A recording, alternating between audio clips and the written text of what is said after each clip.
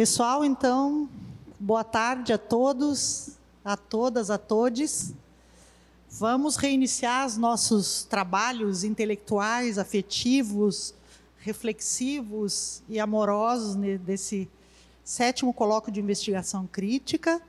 A gente, então, vai ter agora a satisfação de receber a professora Cecília Peruso.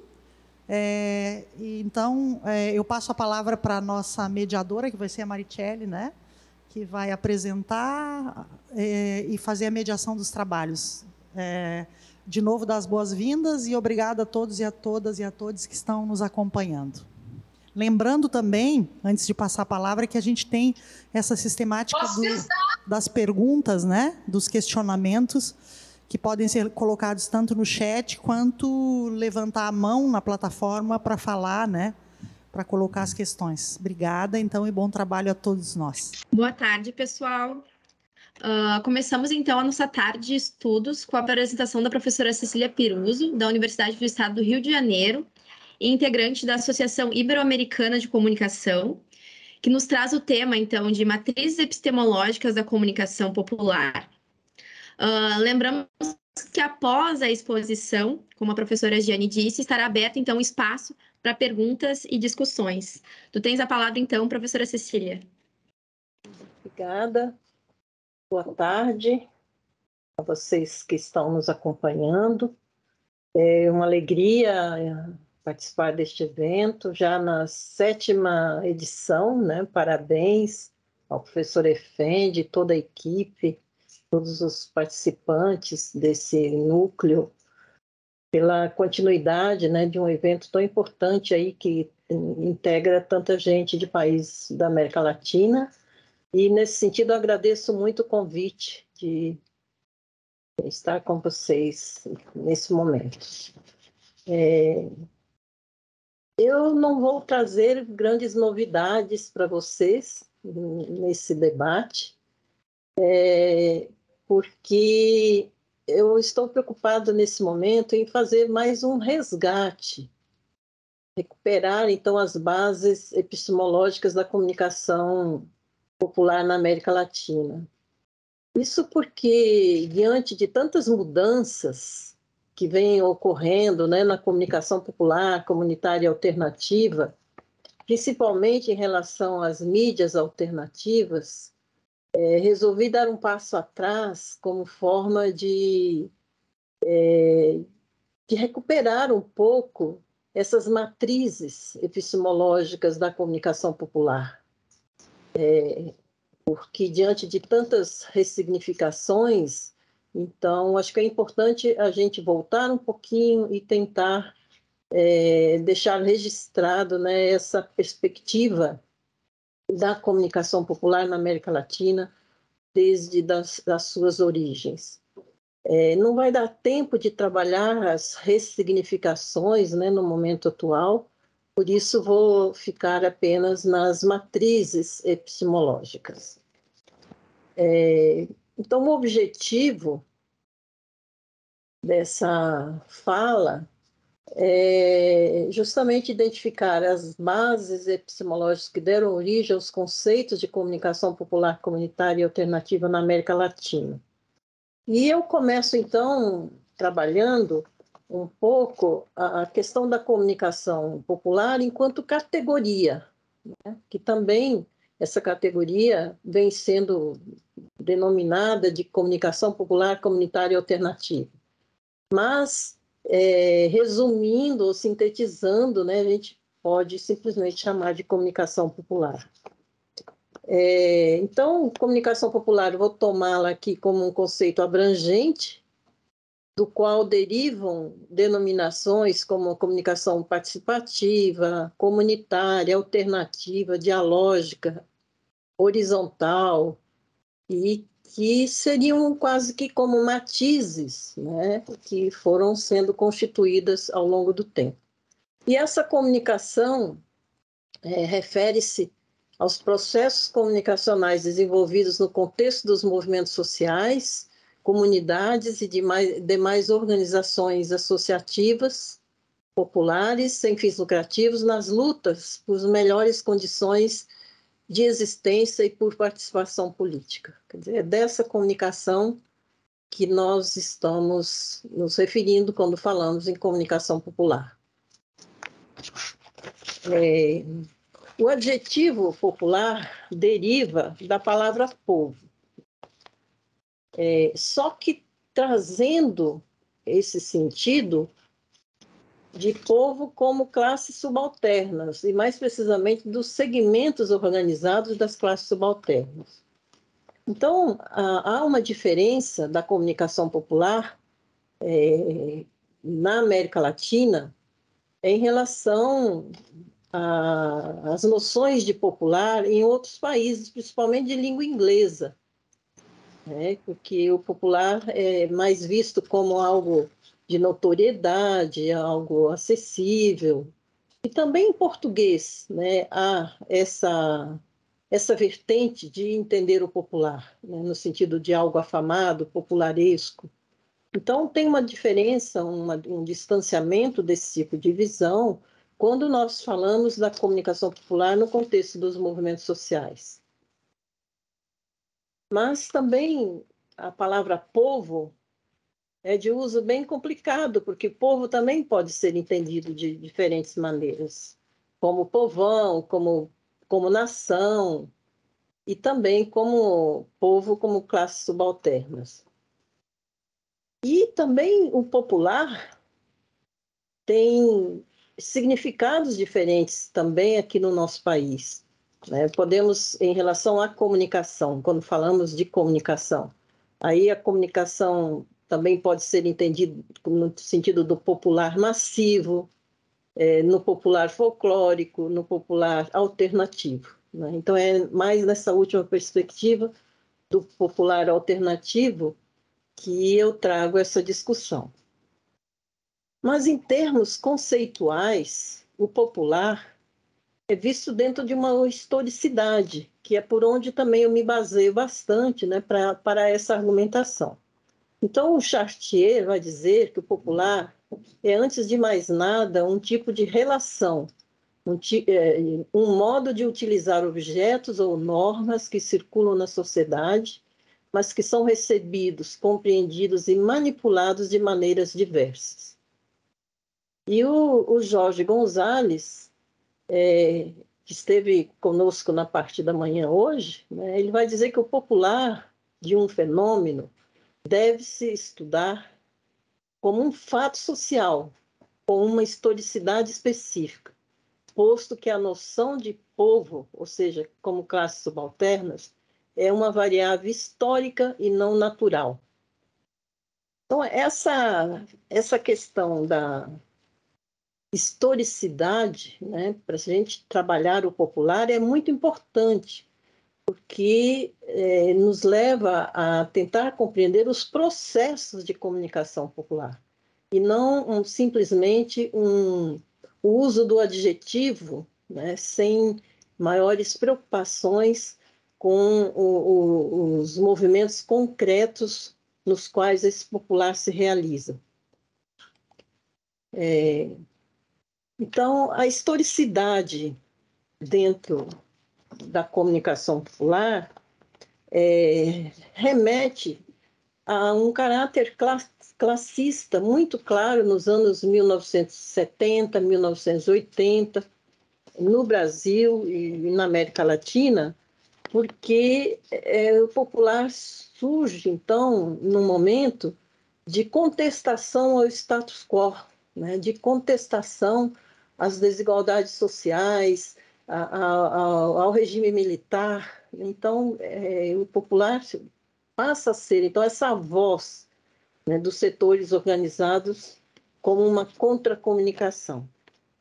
E, ao longo do tempo, então, vão se emanando diferentes vertentes da comunicação segundo cada realidade, segundo o momento histórico. Então, como categoria, a comunicação popular tem uma historicidade muito característica dessa fase da nossa história, né, em que realmente o caráter de contestação foi muito importante. Então, é por isso que eu coloco ali o surgimento, né? Mas melhor seria o ressurgimento, porque a comunicação popular também existiu antes disso, né? Na América Latina e Brasil. Então, mas como nesse momento foi um momento forte, né? Marcante, anos 70, 80, 90, é importante, então, a gente mostrar esse, esse viés, né? Esse sentido, né? Que foi sendo constituído, mas que ainda está presente. Então, eu estou situando historicamente, mas isso não quer dizer que essa expressão da comunicação não exista hoje. Essa expressão existe, sim, a gente pensar no contexto dos movimentos sociais, no contexto de comunidades. Muitas denominações foram surgindo, né, principalmente nos âmbitos do comunitário, do alternativo, mas no seu conjunto, todas essas expressões, né, da comunicação popular têm um vínculo muito grande com as práticas sociais. E, nesse sentido, ela se dá enquanto um processo de contracomunicação em relação aos grandes meios de comunicação, sejam eles os meios privados ou públicos. E essas práticas remetem, então, à comunicação no contexto dos movimentos sociais, comunidades, em suas lutas por direitos. A fundamentação teórica presente é facilmente identificável o pensamento e a influência de Paulo Freire. Vários autores do campo da comunicação pensaram a comunicação popular libertadora a partir da ideia de educação libertadora de Freire, né? Então, bem interessante a gente entender essa perspectiva. Daí, um dos grandes mestres, né, justamente o Mário Kaplun, que desenvolveu, né, importantes trabalhos nesse sentido, mas também o Bordenave, o Beltrán, o Prieto Castilho, Martinez Terreiro, né, e tantos outros. Então, que matrizes são essas, né? Então, como eu falei, a gente precisa entender essas matrizes a partir de mudanças que surgem no contexto da ditadura militar, né? Quando há uma ruptura institucional democrática e a sociedade se movimenta no sentido de resgatar a democracia e exigir mudanças na sociedade. Então, a comunicação popular vai participar justamente dessas lutas, né, pela reconstrução democrática. Uma vez, né, que ela não se dá de forma isolada, ela está justamente no contexto das organizações sociais, dos movimentos, das pastorais sociais, por exemplo, Pastoral da Terra, que teve um papel muito importante nessa época, a Pastoral Social, e assim por diante. Pastoral Operária, né, ligado ali aos sindicatos de trabalhadores, que também estavam num processo de rebeldia em relação aos sindicatos tradicionais e assim por diante. Então, é nesse processo que há a criação de formas e meios alternativos, populares, e que não... Mas a gente não pode pensar nessa comunicação apenas só como mídia. Né? Realmente são processos que também são perpassados pela coordenação de ações, pela comunicação grupal, interpessoal e assim por diante. Um conceito para exemplificar, né, esse tipo de comunicação eu trago do Mário Kaplun, quando ele vai dizer que a comunicação popular é uma comunicação libertadora, transformadora e que tem o povo como gerador e protagonista. E essa comunicação, então, ela se manifesta como inicialmente, né, através de meios artesanais, mas a incorporação das tecnologias modernas, né, é uma constante, inclusive acompanhando o desenvolvimento tecnológico de cada época. Então, no primeiro momento foi a conquista do alto-falante, depois da rádio FM, né, e hoje os canais, os espaços, os perfis na internet, né, estão sendo totalmente incorporados, né? Então, as condições também sempre foram muito precárias, né, para esse tipo de comunicação, devido aos seus protagonistas não disporem de grande acesso às tecnologias, também questões econômicas, etc. Mas a questão das condições precárias também não implicam em uma fraqueza dessa comunicação. A Ana Cristina Sucina fez uma pesquisa recentemente, né, no país todo, e identificou, sim, que há uma tendência maior para os meios mais tradicionais, né? Mas apesar de haver um crescente uso, né, das novas tecnologias, mas que essas condições não significam realmente uma fraqueza, né? Porque estão relacionadas com as condições concretas de cada lugar, né? Porque a gente às vezes pensa muito com a cabeça dos grandes centros, né? Mas se formos olhar para o Brasil, não é bem assim. A realidade de acesso às tecnologias é mais restrita, e em termos de recepção, inclusive, né? As pessoas não estão ligadas na internet 100% do tempo.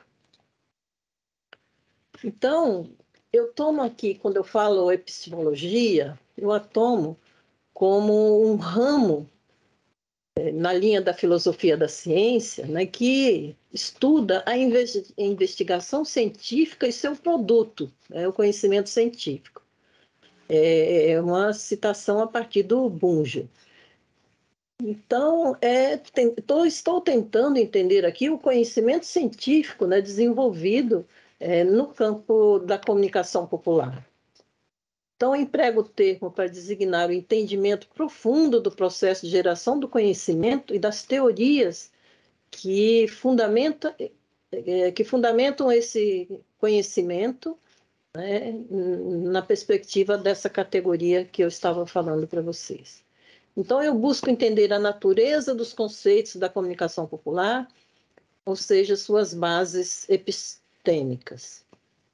Então, a pergunta, né, que moveu esse estudo quais são as matrizes ou os princípios ontológicos que orientam a base conceitual da comunicação popular, que, por sua vez, estão em estreita relação com a sua praxis.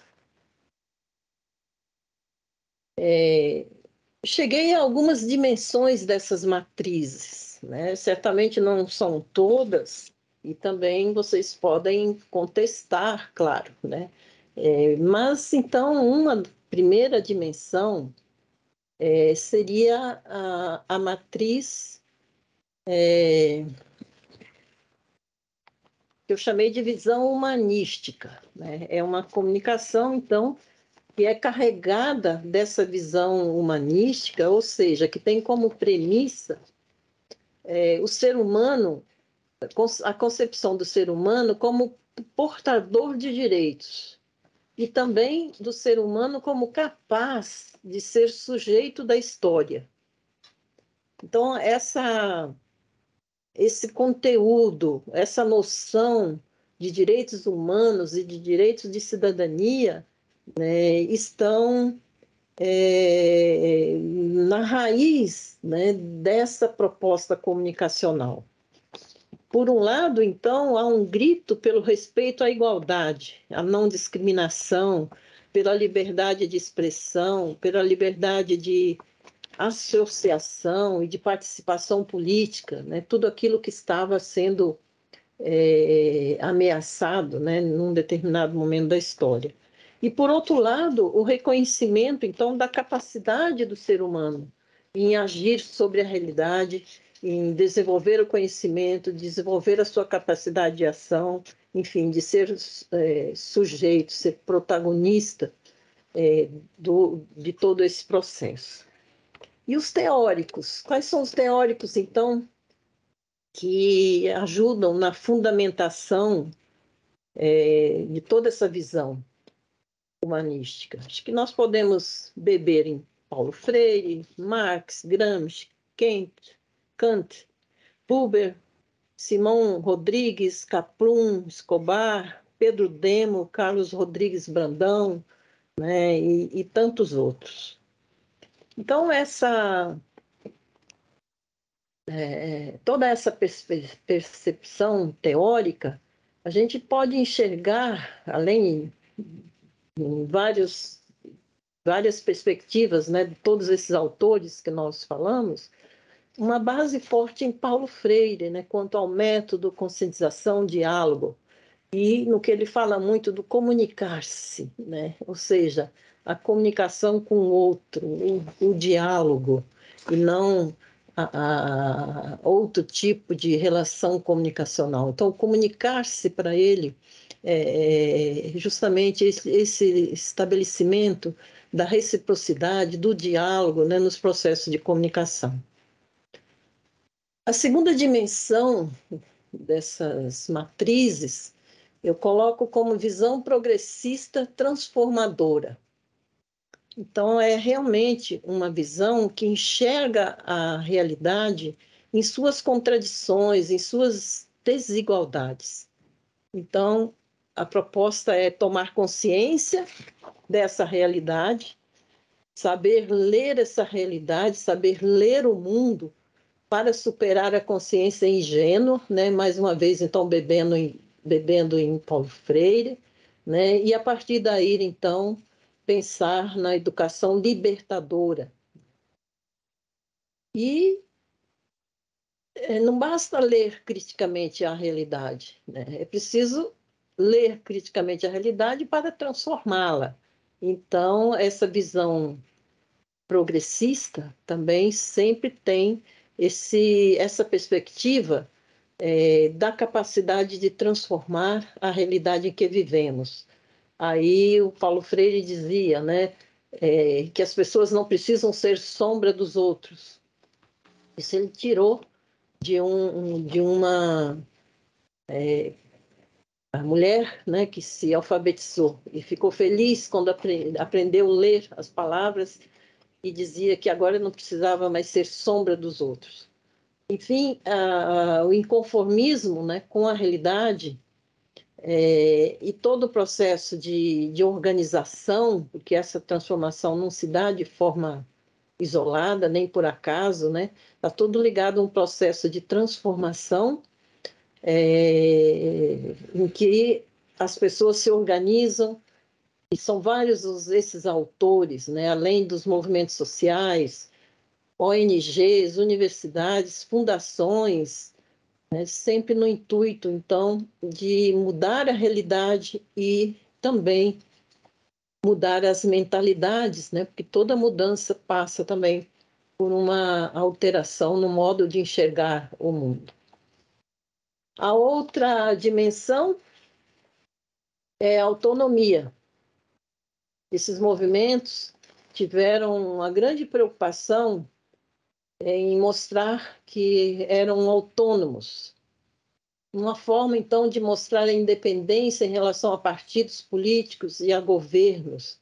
E era uma maneira de dizer para a sociedade que não tinham esses comprometimentos. Então, era uma forma de conseguir a legitimidade perante a sociedade, que estavam lutando por causas, né, e não a partir de interesses específicos, tanto de partidos políticos como de governo. E na comunicação, essa busca pela autonomia, como se manifesta?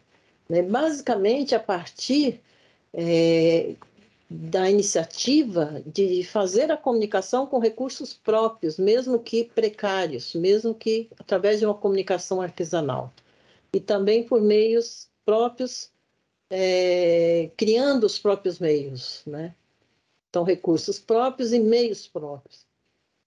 É o jornal que sai a partir da comunidade, é a rádio comunitária que sai a partir da comunidade, é aquela manifestação pública, né, que sai a partir da comunidade. Enfim, usam os canais próprios como forma, então, de mostrar a própria visão, de externar as reivindicações, e há uma comunicação, então, que expressa o quê? A necessidade que os movimentos têm, né, para essa comunicação com a sociedade. Outra dimensão é a comunicação participativa dialógica. Então, coerente com os princípios anteriores, né, visão humanística, a ideia de participação ativa, democrática e dialógica, com forte inspiração em Freire. Então, essa comunicação, ela assume uma perspectiva democrática, dialógica, de participação ativa das pessoas no próprio processo de fazer comunicação. Mas se bebe muito em Freire, né? Mas vários autores latino-americanos adentraram na comunicação dialógica, participativa, libertadora, né, a partir dessa inspiração. Aí eu já mencionei, por exemplo, Paulo Freire, tem também o Máximo Simpson, o Beltrán, o Miquel Ascuelta, Rosa Maria Alfaro, Eduardo Contreras. No Brasil, a Regina Festa foi uma das pessoas que iniciaram, né? Muitas pesquisas foram feitas, na perspectiva dessa comunicação popular. Um exemplo foi a dissertação de mestrado do Pedro Gilberto Gomes, né? Ainda, né, nessa fase pioneira, né, dos estudos da comunicação no contexto dos movimentos sociais. Então, é nesse nível que acontece, né, uma participação ativa, quando, por meio dessa dialogia da comunicação, os receptores passam a ser emissores. Essa eu acho que a participação é uma diferença grande, dessa sub-área do campo da comunicação, né? E que tem muitas formulações teóricas também no que diz respeito à participação na comunicação. Então, é daí que surge essa comunicação horizontal, que é a demonstração, então, dessa perspectiva participativa, dessa categoria comunicacional. E, por fim, a última dimensão é a educação para a cidadania, né? Então, essa comunicação, ela envolve uma perspectiva educativa muito grande, né? E principalmente no nível da educação não formal e da educação informal. É quando, então, a comunicação, quando a educação, então, reverbera, né, no desenvolvimento do conhecimento enquanto compreensão do mundo, mas por meio desse fazer comunicacional, além da compreensão do mundo, também se desenvolve o saber sobre o poder da união, desenvolve a vontade de estudar. São pessoas que passam a fazer curso superior, né, depois de um envolvimento na comunicação popular. Se descobre a autoestima, se desenvolve o espírito cívico. Enfim, são processos de comunicação, então, que realmente contribuem nesse movimento de transformação da própria vida em que as pessoas também se transformam, né, enquanto sujeito. Então, é nesses processos de comunicação que a sociedade civil marca, né, a sua atuação cidadã, né, assumindo a comunicação como um direito. E todas essas dimensões estão interrelacionadas, né? Elas não se dão de forma isolada, de modo algum. Então, é a comunicação realmente vivida, que pode ser identificada nos marcos históricos da comunicação popular, mas que também ela continua viva, né, no conjunto dos movimentos sociais, né, na atualidade. Mas não dá para generalizar muito, justamente porque vão se criando muitos matizes. Então, é importante a gente valorizar também, né, que houve o crescimento no número e na natureza dos atores que mexem com a comunicação, né, mas vão surgindo várias derivações, né, em especial quanto à imprensa alternativa e independente. Então, numa realidade que se move e não está livre também de distorções e contradições. Por isso que eu digo que não se pode generalizar como se fosse todos esses processos de comunicação, tanto diferenciados, né, na realidade de hoje, pudessem ser enquadrados dentro da comunicação popular enquanto categoria, né? Então, é importante a gente atentar para essas mudanças também, mas sem deixar de lado esse vetor comunicacional raiz, né, que marcou a contra-comunicação no Brasil e na América Latina. Obrigada, era isso que eu queria compartilhar com vocês.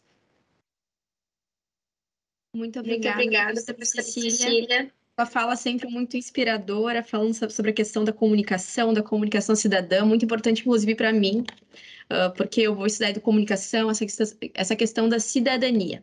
Mas, para seguir, primeiramente, eu gostaria de corrigir, nós tivemos um equívoco. A senhora é presidenta da Associação Ibero-Americana de Comunicação, né? Sim. Pedimos desculpa por esse pequeno equívoco. Agora a gente pode abrir para as perguntas, então. Professora Nízia, eu acho que está com a mão levantada. Professora Nízia, passa a palavra. E enquanto você falava, né, desenvolvia a sua fala, na dimensão da autonomia, que esse da luta pelas causas, né, e com recursos próprios, eu fiquei pensando o quanto a internet, como possibilidade de produção de conteúdo, ela pode se abrir, por exemplo, nas redes sociais, para essas realizações de autonomia, e como um potencial assim, para a comunicação popular. Por outro lado, me parece que muitas vezes os usuários se enquadram aos padrões das redes sociais ou mesmo da produção de conteúdo da internet, e fiquei pensando se isso não poderia, de certa forma, trair essa autonomia, né? Porque acredito que não seja só uma produção de conteúdo, mas também as questões técnicas que entram aí, né? Não sei se você entendeu, mas é por aí. Sim, Nise, eu acho que você coloca muito bem, né? Essa explicação que você dá, eu acho que é por aí mesmo. Eu acho que a internet realmente representou uma recriação da comunicação popular, né? Houve, melhor dizendo, um processo de empoderamento, né, dos perfis, das mídias digitais, e isso revigora, né, revigora essas expressões da comunicação popular, comunitária e alternativa. Agora, realmente, a necessidade, às vezes, de seguir a lógica, né, dessas mídias acaba mexendo um pouco com as estruturas de base, por exemplo, do movimento popular, né, que tem como origem uma participação ativa de todo mundo, decisões colegiadas, né, e, de repente, essa comunicação digital exige mais especialidade de um e outro, né, que muitas vezes acaba correndo um pouco sozinho ali, perdendo um pouco essa dimensão colegiada, coletiva, né? É um risco que se corre, né, bastante grande. Mas, por outro lado, como são pessoas envolvidas nos movimentos, são pessoas realmente inseridas, né, elas tendem a não provocar um distanciamento, né, desse contexto. Então, acho que acaba mantendo essa organicidade, né, porque elas expressam esse interesse, essas vontades, né, toda uma discussão que é feita em conjunto.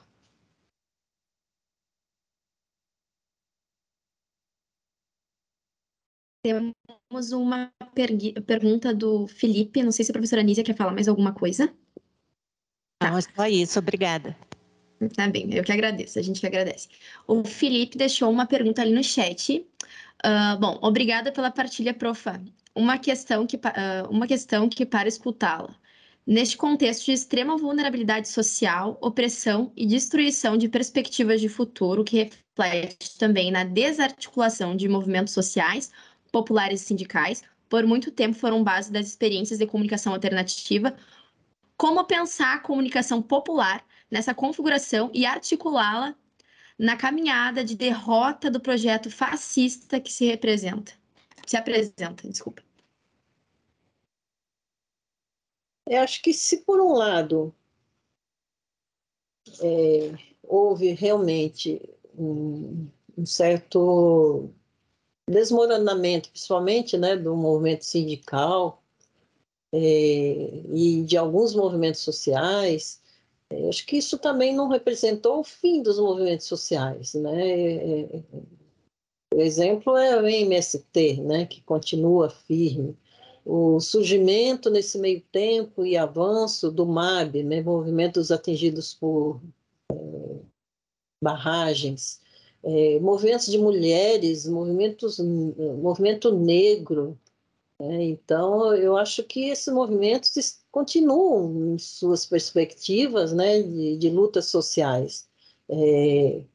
E agora eles não aparecem muito, né? Não aparecem muito nos grandes meios, às vezes não aparecem muito nem nas mídias sociais, mas eles estão na ativa. Eu acho que a pandemia mostrou muito isso, né? Mostrou como que são movimentos ligados aos territórios, né? E como tal é feito continuamente todo esse trabalho de articulação, de conscientização, de perspectiva de mudança, né? Então eu vejo nessa perspectiva, eu vejo que são processos que vão simultaneamente e que não é o caso da gente perder as esperanças, né? Porque a sociedade é movimento e esse movimento presta atenção nas realidades. Então é tudo muito ligado ao território, né? E isso possibilita então o avanço também da conscientização das lutas sociais no nosso país. Obrigada, profa. Agora a gente passa a palavra para o Lua Correia. Temos 2 Luas. Obrigado, Marichele. Obrigado, professora. Uma alegria poder escutar sua apresentação. Professora, fiquei pensando enquanto a senhora falava, né? Eu tenho tido a oportunidade de, né, nos últimos anos, ministrar algumas oficinas de podcast para alguns grupos lá em Roraima. Então, tanto grupo de comunicadores indígenas que protagonizam essas produções, como também grupos de sujeitos em situação de migração. E é sempre muito interessante pensar como que, apesar de ter todo um modo né, de se produzir, de se formatar o que seria podcast. Às vezes a gente estuda toda essa normatização de como é. Sempre existem outras maneiras que esses grupos vão se apropriando, inclusive das tecnologias e das linguagens, para criar suas comunicações, e como que esses encontros e essas reconfigurações de tecnologia e de modos de fazer a comunicação também vão agenciando diversidades dentro de grupos que já são diversos, né? Eu tenho muita percepção de que a comunicação popular, eu acho que a gente pode pensar comunicações populares no sentido de ser um espaço, um campo em que nós temos múltiplas diversidades que estão ali, né, em contato e em constante movimento.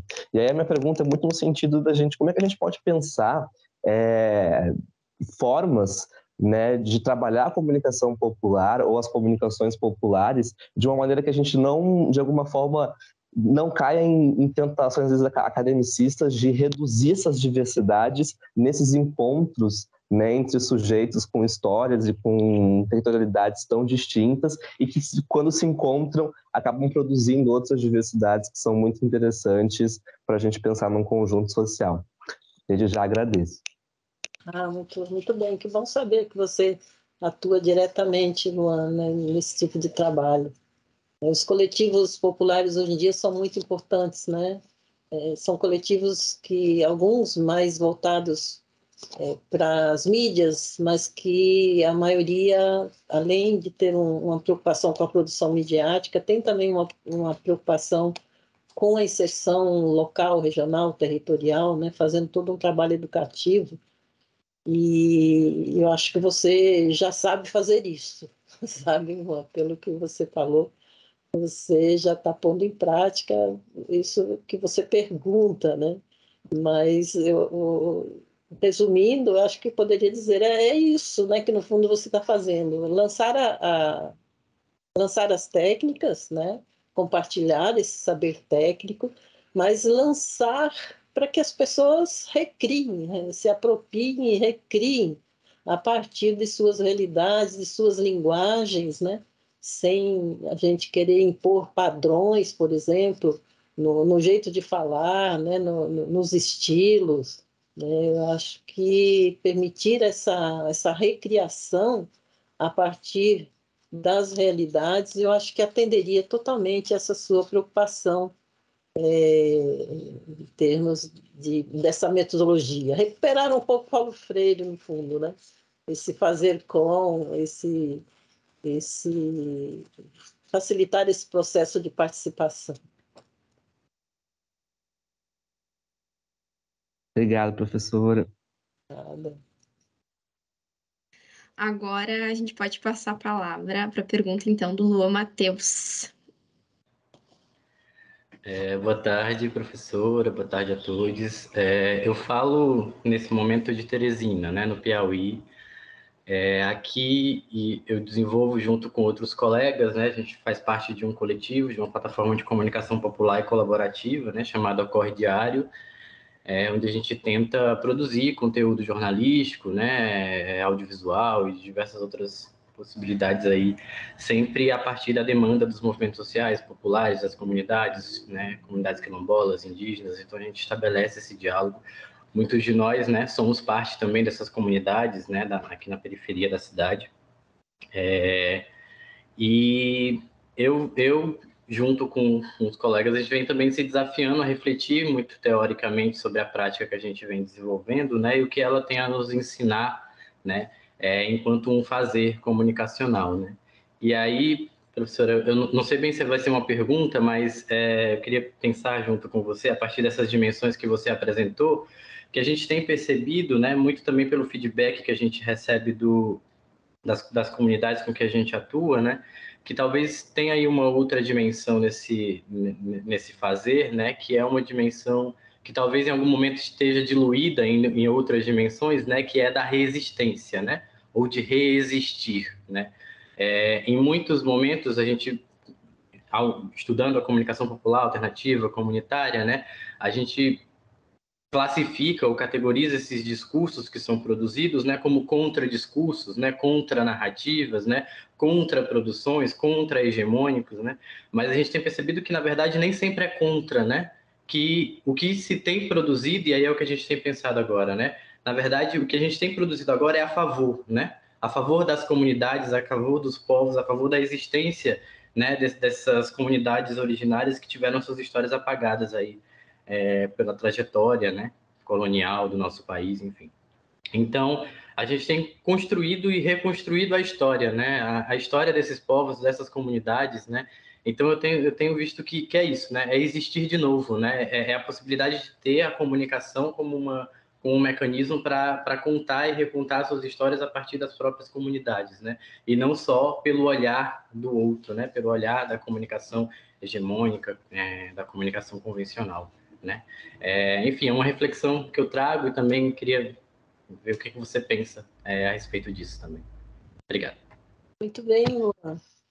Eu acho que você coloca realmente uma perspectiva assim bem pé no chão, né? Bem em sintonia, né, com a realidade, né? Que quando se fala em contra-comunicação, contra-narrativa, está se referindo aos grandes meios, né?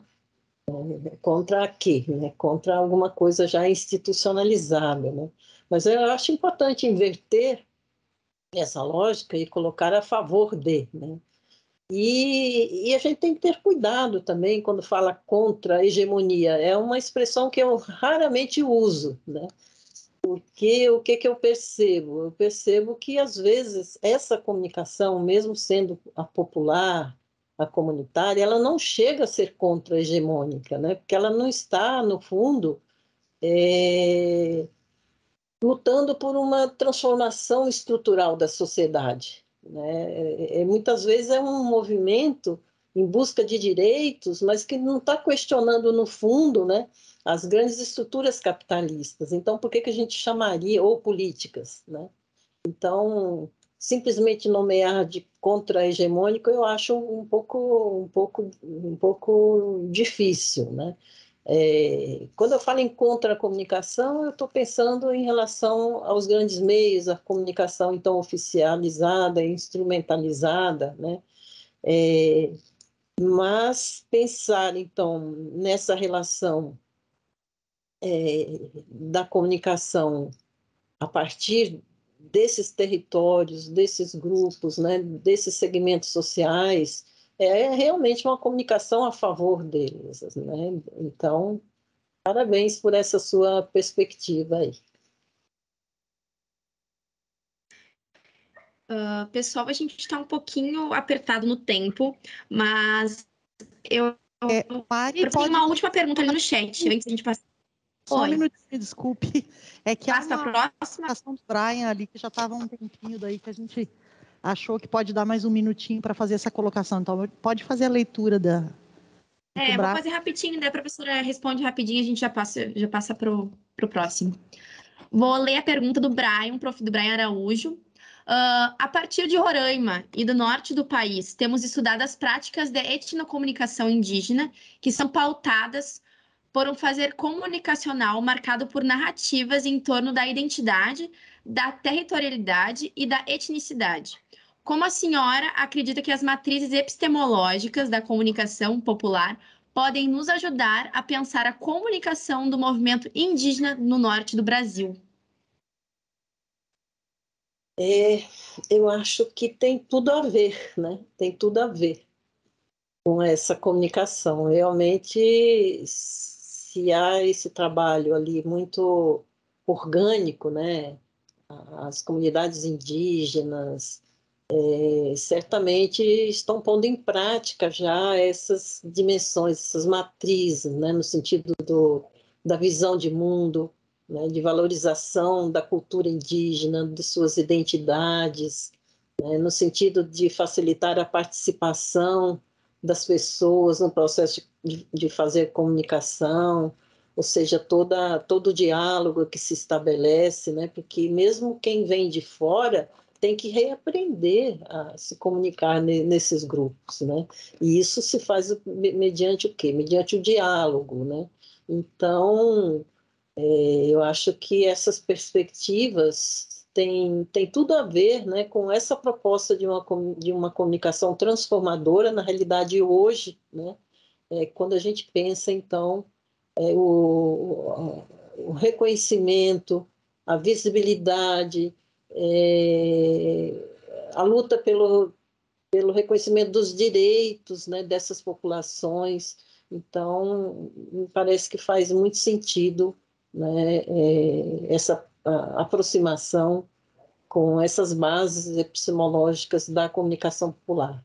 Tomara que a gente não esqueça dessas bases, né, que a gente realmente resgate como forma realmente de ir criando autonomias, né, como forma de ir valorizando o saber popular, dando voz, né, à sociedade civil em suas dimensões, em sua diversidade, né, que é tão grande, né, nesse país.